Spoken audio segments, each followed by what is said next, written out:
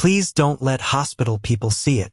The little girl's fingers closed around the faded bracelet so fast Ethan Whitmore barely caught another glimpse of the name before she hid it beneath the sleeve of her oversized hoodie.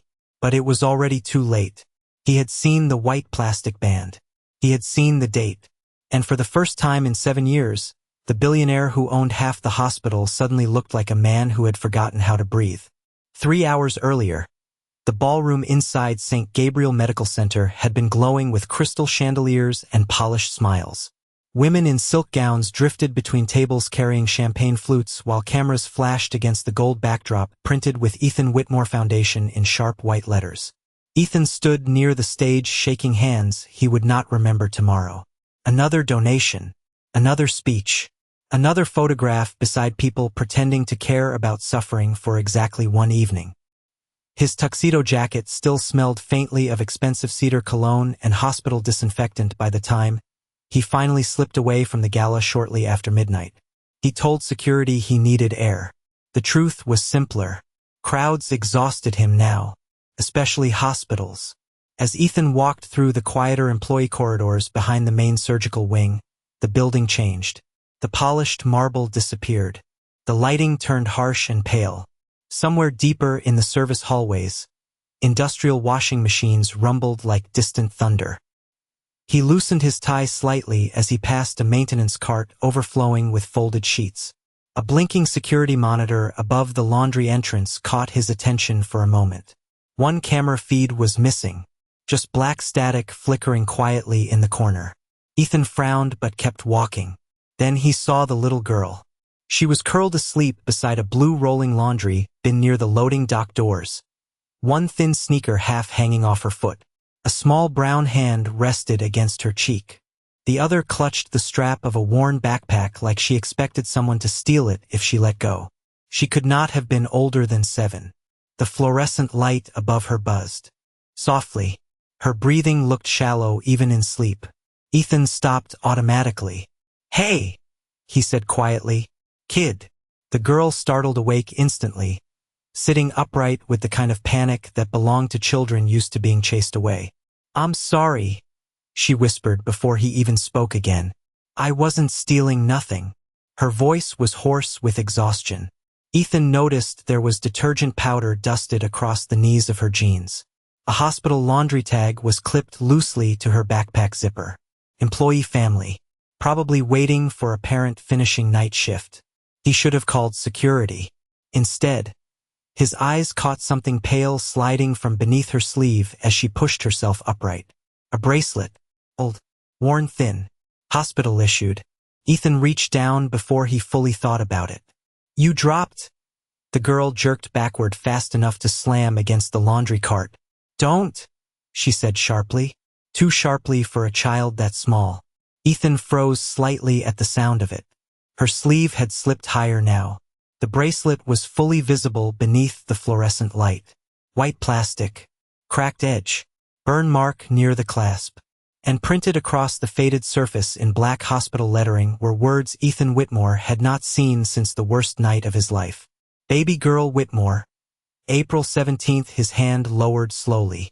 The color drained from his face. Somewhere behind them, one of the industrial dryers stopped spinning with a heavy metallic thud. The little girl stared at Ethan for one long second before quietly pulling the sleeve back down over the bracelet. Then she whispered something that made the cold hallway suddenly feel even colder. "My mom said that bracelet was supposed to be destroyed." The hallway stayed silent after the girl spoke. Ethan Whitmore did not answer right away. He simply looked at her. Really looked at her now. The oversized gray hoodie with a broken zipper. The detergent stains dried white across her sleeves. The way her fingers kept pressing against the hidden bracelet beneath the fabric, as if she had practiced protecting it for a long time. Somewhere deeper in the laundry wing, a television played softly from a staff break room. Tired audience laughed at a late-night sitcom no one was really watching. The sound felt strange here. Too normal for the way Ethan's pulse had suddenly begun pounding in his ears. "What's your name?" he asked quietly. The little girl hesitated. "Nia." "Nia what?" "Nia Brooks." Ethan nodded once. Brooks. The name meant nothing to him, but his eyes drifted back toward her sleeve anyway. 7 years ago, after his daughter's death, every single item from the delivery room had supposedly been collected, archived, or destroyed by hospital protocol.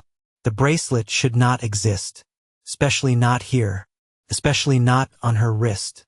Before Ethan could speak again, heels clicked sharply against the polished concrete behind him. Mr. Whitmore. The voice arrived too quickly, too prepared. Ethan turned. Marla Vance crossed the hallway holding a tablet against her chest, still wearing the navy blue blazer from the gala upstairs.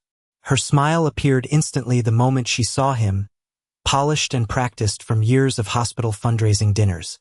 But it flickered for half a second when she noticed Nia. Then her eyes dropped lower, to the sleeve. Ethan saw it happen. So did Nia. The girl immediately folded both arms tightly across her chest. "I'm sorry, sir," Marla said smoothly. "She's not supposed to be down here. I was waiting for my mom," Nia said quietly before Ethan could respond. "She works nights." Marla's smile returned, but thinner now. "Her mother handles laundry services temporarily," she explained. "We've had issues with staff bringing children during overnight shifts." Ethan noticed something strange. Marla never once looked directly at Nia's face. Only her hands. "It's after midnight," Ethan said. "Why is a child sleeping beside industrial dryers?" "Her mother should know better," Marla replied immediately. Too immediately. Nia lowered her eyes. "Mom couldn't leave the floor tonight," she murmured. "Somebody called out sick." Ethan watched the girl's expression carefully. She did not sound embarrassed for herself. She sounded worried for someone else. "Nia," Marla said gently now, taking one small step closer. "Why don't you give me that bracelet before it breaks completely?" The hallway seemed to tighten around the sentence. Nia backed up so fast her shoulder bumped the metal laundry cart with a hollow clang. "No, one word. Small. Firm." Marla let out a soft laugh that didn't reach her eyes. "Sweetheart, it's old hospital plastic. You could cut yourself." Ethan said nothing, but something cold moved slowly through his chest, because he suddenly remembered another detail. Earlier tonight, during the gala upstairs, Marla had approached him near the donor tables holding a champagne glass in one hand and a folder in the other. She had casually mentioned that several older maternity archives were finally being digitally cleaned. At the time, he barely listened. Now the phrase replayed differently in his head. Digitally cleaned. Ethan glanced once toward the blinking security monitor near the laundry entrance again. One camera feed still showed only black static. Missing footage. "How long has that camera been down?" he asked without looking away from the monitor. Marla paused. "Just slightly." "Only tonight," she answered. Ethan nodded slowly, but Nia spoke before anyone else could. "That one always goes dark after 11. Marla's head turned sharply toward her. The little girl swallowed but kept going anyway. "My mom says it started after the old baby floor got locked up." Ethan felt the air change completely then. Marla's smile disappeared for the first time. And when Ethan looked back at the dark camera feed above the laundry hallway, he suddenly realized something that made the bracelet feel heavier in his mind than plastic ever should have been. The broken camera wasn't facing the loading dock. It was pointed directly toward the abandoned maternity wing. The abandoned maternity wing sat 3 floors above them, sealed behind frosted glass doors nobody used anymore. Ethan Whitmore stared at the dead camera feed another moment before finally looking back at Marla Vance. "Why was the maternity floor shut down?" he asked calmly. "Marla recovered fast." "Too fast." "Water damage," she replied. "The renovation project's been delayed for years." Her fingers tightened slightly around the tablet pressed against her chest. Ethan noticed the movement because people only held objects that tightly when they were afraid of dropping something. Or hiding something. "Really?" he asked. "Because I don't remember approving a closure." Marla forced a small laugh. "You own 6 medical facilities, Mr. Whitmore. I doubt you review every maintenance report personally." Ethan gave a quiet nod, but his eyes drifted again toward the missing camera feed. Something about this hallway felt wrong now. Not dangerous in the obvious way. Worse than that. Familiar. like a memory his mind recognized before he did. Nia shifted beside the laundry cart. "I should go," she murmured. "My mom gets scared when she can't find me." Marla answered before Ethan could. "I'll take her downstairs." "No," Nia said immediately, again too fast. Ethan glanced toward her. The little girl lowered her eyes after realizing how sharp she sounded. "I mean, my mom told me not to bother nurses." Marla smiled again, but there was tension behind it now. "I'm not a nurse, sweetheart." "I know," Nia replied softly. "You're the lady from the hallway." Silence settled for half a second too long. Ethan saw it happen. Marla's expression froze almost invisibly before rearranging itself again. "What hallway?" Ethan asked lightly. Nia rubbed her sleeve nervously where the bracelet hid beneath the fabric. "The upstairs one with the baby pictures." Marla interrupted immediately. "Nia spends too much time wandering around employee areas." "I wasn't wandering," Nia said quietly. "I was waiting for my mom." Ethan watched the exchange carefully now. The girl never once sounded dramatic. She simply answered exactly what was asked. And somehow that made every sentence heavier. A phone vibrated suddenly against Marla's tablet case. She glanced down too quickly before silencing it. Ethan caught part of the screen reflection before it disappeared. "Security archive request denied." Marla turned the device face down immediately. "Excuse me," she said. "I should really get back upstairs." "One more thing," Ethan said casually. "How long has that camera been offline?" "Like I said, only tonight." Nia looked up. "No, it ain't." Marla's jaw tightened. The little girl pointed toward the black security monitor. "It always goes dark after the cleaning crew leaves." Ethan felt another small shift inside his chest. "Always." Nia nodded. "Usually around 11:30. Marla crossed her arms. "Children imagine patterns where there aren't any." But Nia shook her head. "No, ma'am. I know because the dryers stop spinning at 11:21. Her voice stayed soft, careful. "Then the camera goes black after." Ethan stared at her. Specific. Not guessing. Remembered. "How would you notice something like that?" he asked. Nia hesitated, then slowly reached into the side pocket of her backpack. She pulled out a folded sheet of paper stained faintly blue from detergent. A hospital timesheet. Employee laundry rotation schedule.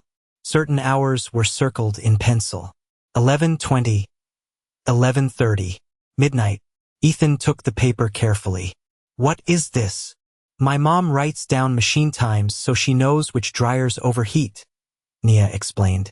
"But she started circling the nights when the upstairs hallway lights came on too." Ethan looked up sharply. "The abandoned floor?" Nia nodded once. "Somebody still goes up there." Marla stepped forward immediately. "That's enough." Her voice cracked slightly on the last word before smoothing itself again. "Mr. Whitmore, this is becoming inappropriate."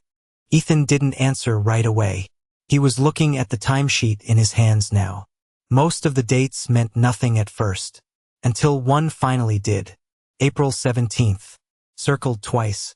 The same date printed on the bracelet hidden beneath Nia Brooks's sleeve. And beside it, written in small careful handwriting that clearly did not belong to a child, were 4 words that made Ethan's stomach turn cold. "Camera off again tonight." The paper stayed in Ethan Whitmore's hands long after Marla stopped speaking. "Camera off again tonight." The words looked small written there in blue pen beside dryer rotations and detergent notes, but something about them settled heavily into the hallway. Marla reached for the sheet with a polite smile that felt thinner now. "This belongs to an employee file," she said calmly. "I'll return it downstairs." Nia stepped forward before Ethan, handed it over. "No, ma'am." Her fingers closed around the edge of the paper first. Not aggressive, just fast, protective. Ethan noticed the tiny tremor in her hand. Marla's expression hardened for one brief second before smoothing itself again. "Nia," she said quietly, "your mother could lose her job over this kind of misunderstanding." The little girl lowered her eyes immediately.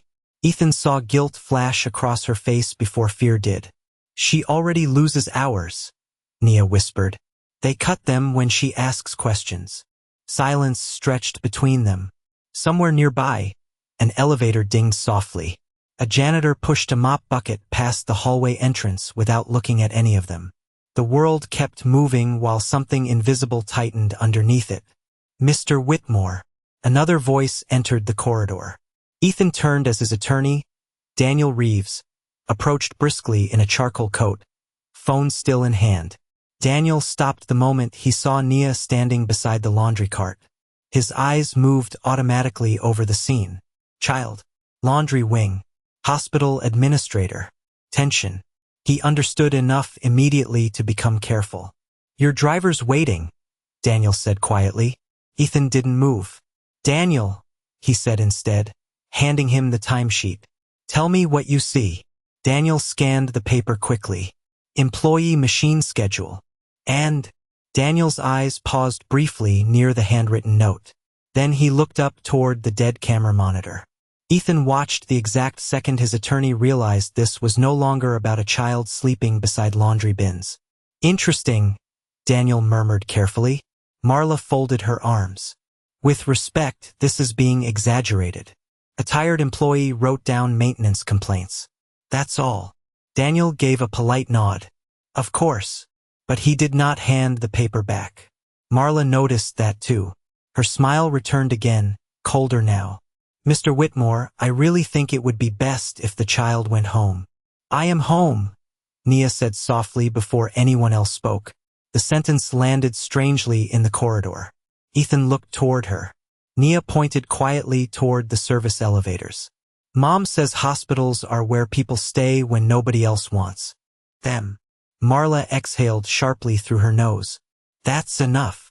Daniel stepped slightly closer to Ethan then, lowering his voice. This should not happen here, he said carefully. If there's any issue involving old maternity records, we handle it privately first. Ethan glanced at him. Privately? Daniel hesitated. Discreetly. There it was. The language rich people used when truth became inconvenient. Ethan looked around the corridor again. The fluorescent lights. The industrial carts. The little girl standing in detergent-stained sneakers while adults in $1,000 coats discussed her like paperwork. Nia had gone very still now. She kept one hand over the hidden bracelet beneath her sleeve the entire time. Nobody had asked if she was cold. Nobody had asked if she had eaten. They only wanted the things she carried. Marla turned toward her again with a softer voice. Nia, sweetheart, if you give me the bracelet, I can make sure your mother keeps her position here. Ethan saw the girl's throat move slightly as she swallowed. For a moment she looked tempted. Not for herself. For her mother. Then she shook her head once. Mom says people only whisper when they're scared somebody might hear the truth. Daniel looked at Ethan immediately after she said it. Not because of the words themselves. Because Marla had stopped breathing for half a second. Tiny. Barely visible. But Ethan saw it too. Marla recovered quickly enough to smile again. Children repeat dramatic things, she said lightly, especially when overtired. Ethan finally reached for his phone. He took one silent photograph of the timesheet in Daniel's hand. Then another of the dead security monitor above the maternity corridor. Marla watched him do it without speaking. We're done here tonight, Daniel said smoothly, trying to regain control of the situation. Mr. Whitmore has an early board meeting. Ethan gave a slow nod. Right? He turned to leave. But just before the elevator doors closed behind him, Nia spoke one more time from the hallway. Quiet. Careful. Sir. Ethan looked back. The little girl pointed toward the security monitor still flickering black above the abandoned maternity floor. It only shuts off on nights when she's here. Ethan's eyes moved slowly toward Marla Vance. And for the first time since this started, he noticed something hanging from the hospital administrator's neck beneath her blazer. An old silver key card attached to a faded maternity wing access badge that should have been deactivated 7 years ago. Rain tapped softly against the windows of Ethan Whitmore's penthouse while the city glowed below in blurred gold and white. Midnight traffic moved like streams of light 40 floors beneath him, distant and unreal. Ethan sat alone at the long black dining table without touching the untouched bourbon beside his hand. In front of him lay three things arranged carefully beneath the warm overhead light. The photograph he had taken of the timesheet, the image of the dead security monitor, and a printout from the hospital archive Daniel Reeves had quietly sent over less than 20 minutes ago. Maternity wing camera maintenance reports. Ethan read the dates twice. The camera outside the abandoned maternity floor had supposedly malfunctioned 31 separate times over the past 7 years. Almost all of them occurred on April 17th. His daughter's birthday. Ethan leaned back slowly. Not coincidence. Pattern. His phone buzzed against the table. Daniel. I checked the access logs, his attorney said quietly after Ethan answered. Officially, nobody's entered the old maternity floor in years. Ethan stared out at the rain streaking across the glass. Officially. Silence. Then Daniel exhaled softly. There's one active badge still tied to that wing. Ethan already knew the answer before Daniel said it. Marla Vance. Another silence followed. Not shocked now. Heavy. Daniel? Ethan said quietly. Who approved keeping her clearance active? Papers shifted faintly on the other end of the line. You did. Ethan frowned slightly. No, your digital signature did. Ethan's eyes moved slowly toward the printout on the table again. His signature. Again. Something cold slid through his chest. I never reviewed this. I figured. Ethan ended the call a few moments later but did not move right away. The apartment remained perfectly still except for the faint hum of the refrigerator and the rain outside. Then his phone vibrated again. Unknown number. Ethan almost ignored it until a small voice spoke the moment he answered. Sir. Nia. Ethan sat up slightly. How did you get this number? Mr. Daniel dropped his business card. A pause. I'm sorry. Ethan rubbed a hand slowly across his jaw. For some reason, the apology bothered him more every time she said it. You shouldn't apologize for calling. Silence lingered softly between them. Ethan could hear the distant rumble of industrial dryers somewhere through the phone. My mom's asleep, Nia whispered. But somebody came to our apartment tonight. Ethan's expression changed immediately. Who? A lady from the hospital. Ethan stood now, walking slowly toward the window. Marla? No, sir. Another one. Nia hesitated. She had a flower smell. Ethan froze slightly at the description. White jasmine perfume. Claire Whitmore wore the same scent for years before she died. What did she want? He asked carefully. Nia didn't answer immediately. Instead, Ethan heard rustling through the phone like paper or fabric moving. Then her voice lowered further. I didn't tell my mom this part. Tell me what? More rustling. The lady asked about the bracelet first, Nia whispered. Before she even asked my name. Ethan closed his eyes briefly. There it was again. Adults caring more about the object than the child wearing it. Nia, he said quietly. Where is the bracelet now? Another pause. Safe. Ethan almost asked where. But something stopped him. Because he suddenly understood this little girl trusted almost nobody. And she had reasons. There's something else, Nia said softly. Mom kept it hidden with the bracelet. Ethan waited. He heard a zipper open through the phone. Then paper unfolding carefully. It's a picture. Ethan's hand tightened around the edge of the kitchen counter. What kind of picture? A baby picture. Nia's voice became smaller now. But somebody cut part of it off. Ethan said nothing. You can still see the hospital room, Nia continued carefully. And a man's arm holding the baby. Ethan's throat tightened. Unexpectedly. What kind of watch is he wearing? Silence. Then Nia answered slowly. Silver. Ethan shut his eyes. Cartier Santos. Claire had given him that watch the morning their daughter was born. He still kept it locked in his bedroom drawer because he could never bring himself to wear it again. Nia, he said quietly now. Listen to me very carefully. Don't show that picture to anyone else. I know. How? Another silence. Then the little girl whispered something that made Ethan's stomach turn cold. Because the lady with the flower perfume tried to buy it first. By 6:30 the next morning, rain still clung to the city in gray streaks across the hospital windows. Ethan Whitmore stood alone inside a private records office 3 floors beneath the executive wing, while fluorescent lights hummed softly overhead. He had not slept. His tie was gone. His white dress shirt sleeves were rolled once at the forearms, exposing the silver watch Claire had given him years ago, the same watch visible in the cropped photograph Nia described over the phone. Daniel Reeves stood beside a metal filing cabinet holding a stack of printed archive requests. "These are the original maternity intake records from April 17th, he said quietly. "Most were digitized after the flood." Ethan looked up slowly. "Most?" Daniel hesitated. "One file never transferred completely." Ethan extended his hand. Daniel passed him a thin paper folder marked infant case. Whitmore, female. The edges looked warped from old water damage. Ethan opened it carefully. Inside sat copies of medical forms he had seen years ago. Claire's intake records, surgical notes, infant distress documentation, time of death declaration. But now, looking slower, something felt wrong. Not dramatic, subtle. The kind of wrong that only appeared once grief stopped blinding a person. Ethan's eyes settled on the timestamp listed beside the infant transfer authorization. 2:14 a.m. He frowned slightly. "Claire woke up at 2:23, he murmured. Daniel looked over. "What?" Ethan kept staring at the page. "She asked to see the baby." His voice had gone distant now. "I remember because the clock above her bed was broken. It stayed stuck on 2:23 the rest of the night." Silence settled over the records room.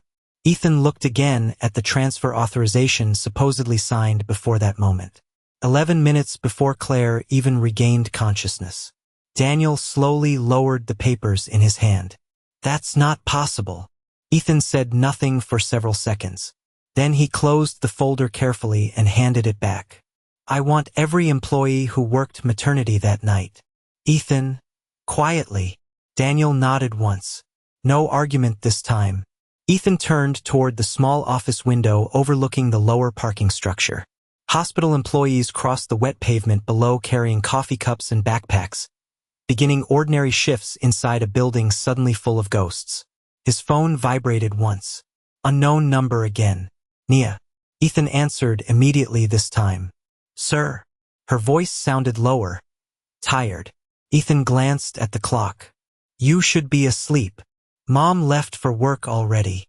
He heard a spoon tapping lightly against ceramic through the phone. Probably cereal. Probably breakfast alone. "Did somebody come back last night?" Ethan asked. No, a pause. "But somebody called the apartment." Ethan straightened slightly. "What did they say?" "Nothing." "Nothing?" "They just listened." Ethan felt his jaw tighten. "Nia, where's your mother now?" "Basement laundry." "Did you tell her about the picture?" "No, sir." "Why not?" Silence. Then softly, "Because she looks scared every time somebody says your name." Ethan closed his eyes briefly. Another pause passed between them, quieter now. He heard the faint sound of a refrigerator door opening somewhere near Nia. "Sir?" she asked carefully. "Yes." The lady with the flower perfume lied. Ethan opened his eyes again. "How do you know?" "Because she said she only worked daytime upstairs." Nia's voice stayed small and calm. "But I remember her voice from the maternity hallway at night." Ethan said nothing.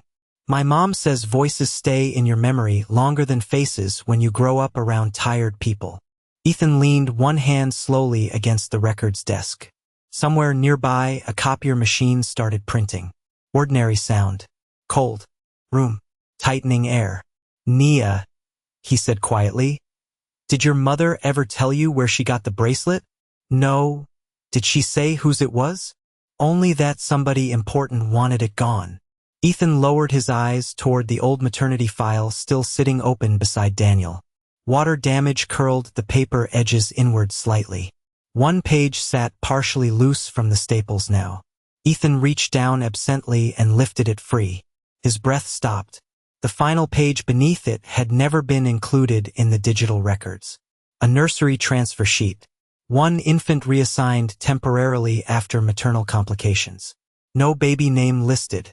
Just a handwritten note near the bottom corner. Hold until Vance arrives. Ethan stared at the signature beneath it for a very long time before speaking again. Because the handwriting did not belong to Marla Vance. It belonged to Claire Whitmore. The conference room overlooking downtown Chicago smelled faintly of polished wood and burnt coffee by late afternoon. Rain clouds still pressed against the glass outside, turning the skyline pale gray. Ethan Whitmore sat at the far end of the long table with the old nursery transfer sheet laid flat beside his phone. He had not raised his voice once all day. That frightened people more than anger ever had. Across from him, Marla Vance remained perfectly composed in her navy suit, hands folded neatly in front of her untouched water glass. Daniel Reeves stood near the wall, reviewing printed archive reports, while two hospital board members quietly avoided eye contact with everyone in the room. Nia sat beside the window in a chair too large for her feet to reach the floor. She held her backpack tightly against her lap. Nobody had offered her anything except water since arriving upstairs nearly an hour earlier. Ethan noticed that. He noticed everything now. "You requested this meeting urgently," Marla said calmly. "I assume this concerns the unauthorized archive review." Ethan leaned back slightly. "It concerns records connected to my daughter." The room went still. One board member shifted uncomfortably in his seat. Marla's expression softened carefully. Practiced sympathy. "Ethan," she said quietly, "I know grief distorts memory sometimes. But reopening old trauma based on hallway rumors from a child. Nia remembers details." Ethan interrupted gently. "Children remember unusual things all the time," Marla replied. "Especially when adults accidentally influence them." Ethan nodded once like he accepted the point. Then he slid the transfer sheet slowly across the table toward her. "Then maybe you can help me understand this." Marla looked down at the paper. Just briefly. But Ethan saw it. The tiny pause before she touched it. The smallest tightening around her mouth. "An incomplete form," she said lightly. "Probably procedural confusion during a chaotic night." "You weren't there?" Ethan asked. "Not during delivery." Smooth answer. Immediate. Nia suddenly looked up from her chair near the window. "That's not true." Nobody spoke for a second. Marla turned toward her slowly. "Excuse me?" Nia held the backpack tighter. "You were wearing the flower smell." The room stayed silent. Daniel stopped turning pages. "Nia," Marla said gently now. "A lot of nurses wore perfume back then." But Nia shook her head once. "Not the same one." Her voice remained soft, careful. "My mom hated that smell because it stayed on the blankets after you touched them."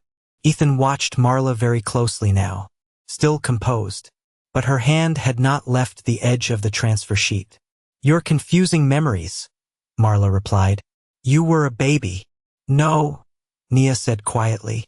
"Mom told me later." Another silence settled heavily across the room. Ethan reached into his jacket pocket and removed his phone. "I had IT recover the inactive hallway feeds." Marla's eyes flickered once toward him. Barely noticeable.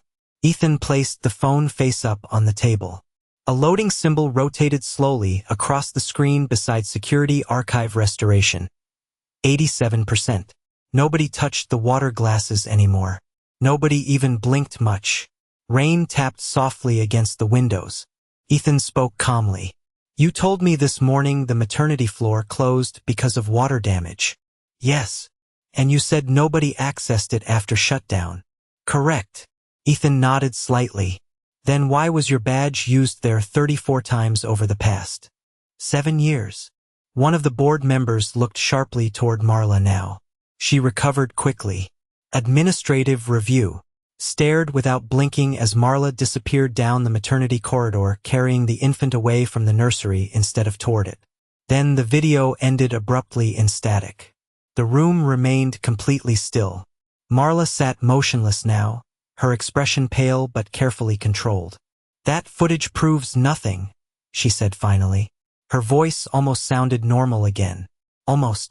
Hospitals relocate infants during emergencies all the time. Ethan did not look at her. His eyes stayed fixed on the frozen frame still visible on the phone screen. The bundle in Marla's arms. Tiny. Wrapped in hospital linen. "Zoom in," Daniel said quietly from across the room. Ethan handed him the phone without a word. Daniel enlarged the frame carefully. Pixel distortion blurred most details. But not all of them. A small hospital bracelet remained visible against the infant's wrist. White. Cracked near the clasp. Ethan stopped breathing. Even through the grainy footage, one detail remained unmistakable. A dark burn mark near the edge of the bracelet. The exact same mark hidden beneath Nia Brooks's sleeve. Ethan slowly lowered himself into the chair behind him as if his legs no longer trusted the floor. Across the room, one of the board members whispered softly, "Jesus Christ." Marla looked toward Ethan immediately. "Ethan," she said carefully now, "listen to me. You're emotional. That child has manipulated fragments of old records into a fantasy." Nia stood before Ethan could answer. Small, thin, backpack still clutched against her chest. "No," she said quietly. "I brought the rest because I was scared nobody would believe me." Ethan looked up at her slowly. Nia hesitated only a second before reaching into the front pocket of her backpack.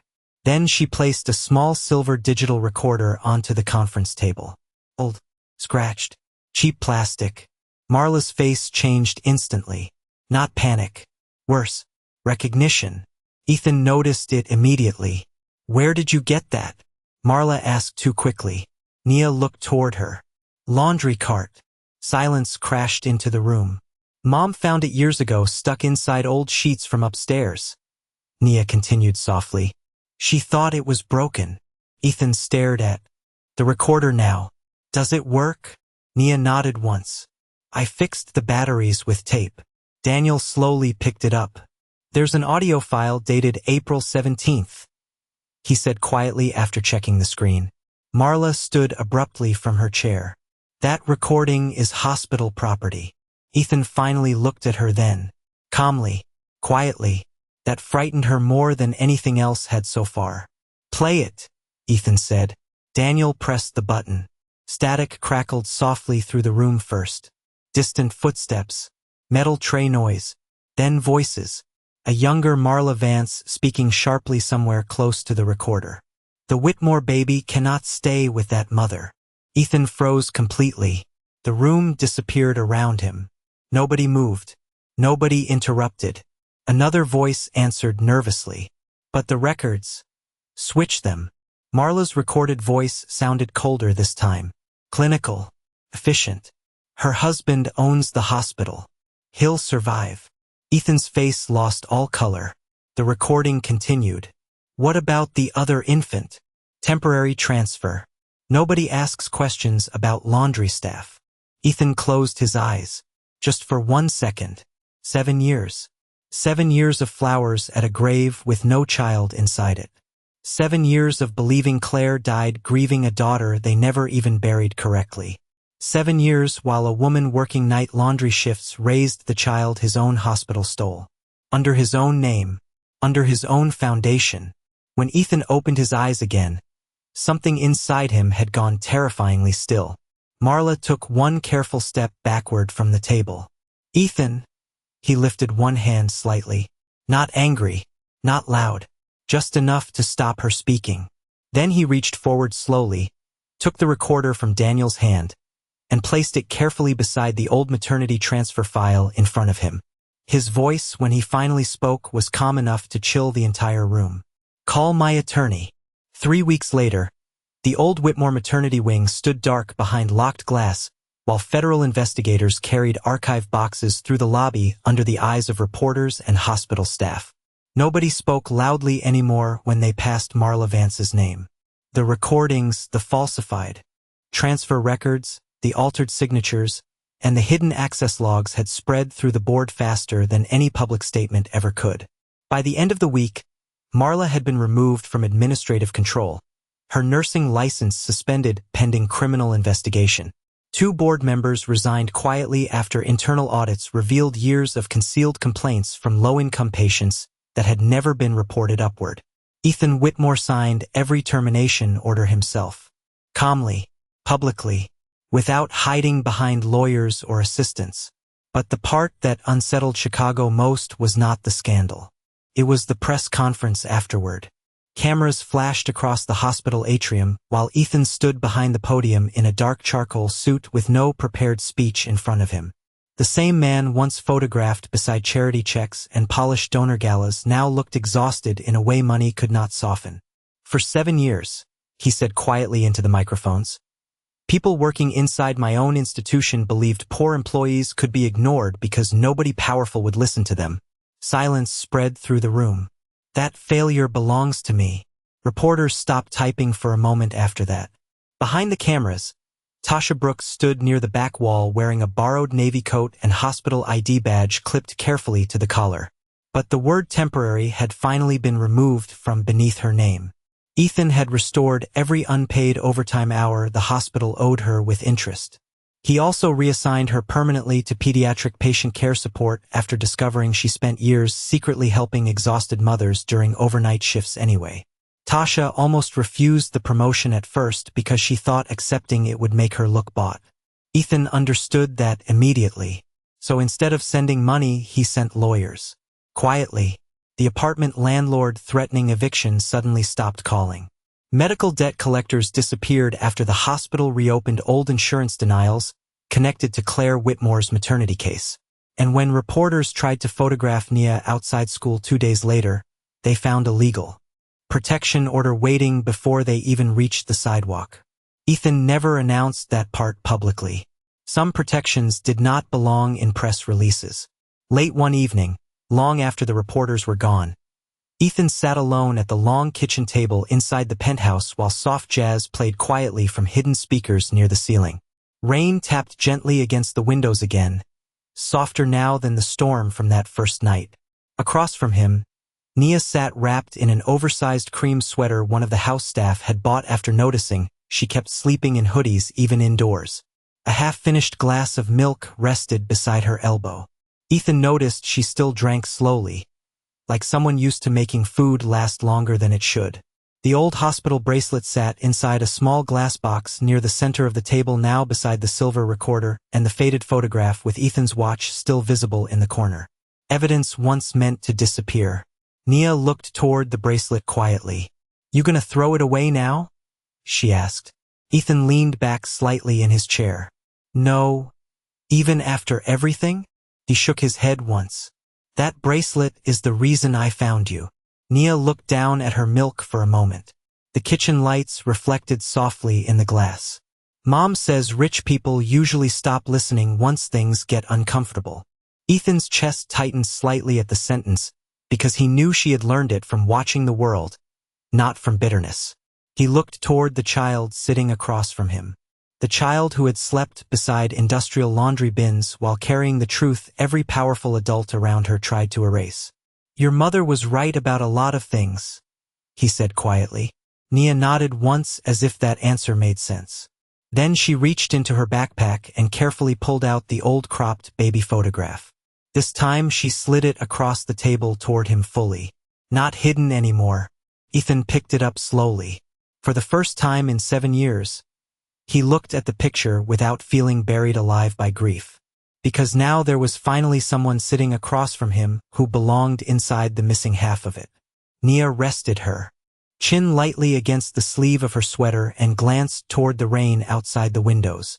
"It's quieter here than the hospital," she whispered. Ethan looked at her for a long moment before answering. "Yeah," he said softly, "but nobody's going to make you disappear here." And this time, when the little girl looked back at him, she did not look like someone waiting to be ignored anymore.